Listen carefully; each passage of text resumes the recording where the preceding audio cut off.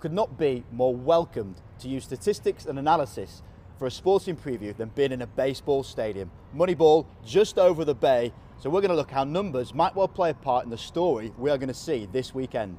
Talk about drama, we are going to see it by the bucket load. This format, never before seen in sevens, straight knockout. It's going to be formidable, and one thing we're going to look at is how some of the teams have performed throughout the last series to see how they play in those big games. So take into account every single quarterfinal, semi-final and final that all the teams have played, we can work out how they perform in those massive moments. And Fiji, as you can see, come out top with 77% of all games won.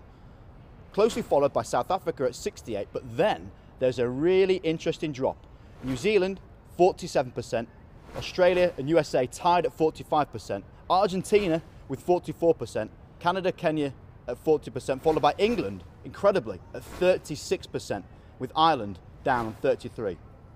All of Scotland, Samoa and France did not win one of their big games, which is vitally important. We talk about the size of scale at hand this weekend. Now, what's really interesting before we look at the clips, there are two teams who have come out with a positive ratio against Fiji, who look pretty formidable coming into this tournament.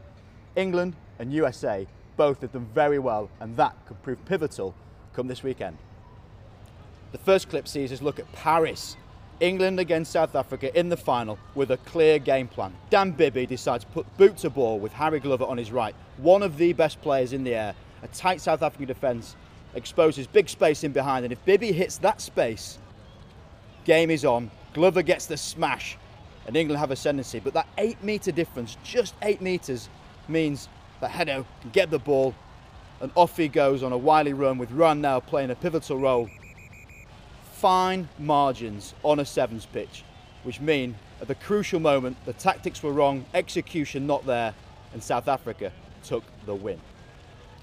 The tactics play a big part, and clearly with Bibby's idea to kick it, if they executed it would have been great. But one other thing that's a massive part of the game is the breakdown. We featured that previously, but just look at these moments. New Zealand just about to score against Kenya, and watch Monde's hit. In he comes from the blind side, gives a big shoulder, but importantly gets back on his feet, competes at the breakdown, proving pivotal turnover ball. Collins Injera comes in from the side, monstrous clear, and then it's Ambaka, off he goes. These moments of huge pressure where the game can be swung one way or the other, we're going to see them countless times this weekend, and it's going to be so entertaining. This next clip is Fiji against USA in that all-star performance in Las Vegas. USA come out with a positive ratio against Fiji for reasons just like this.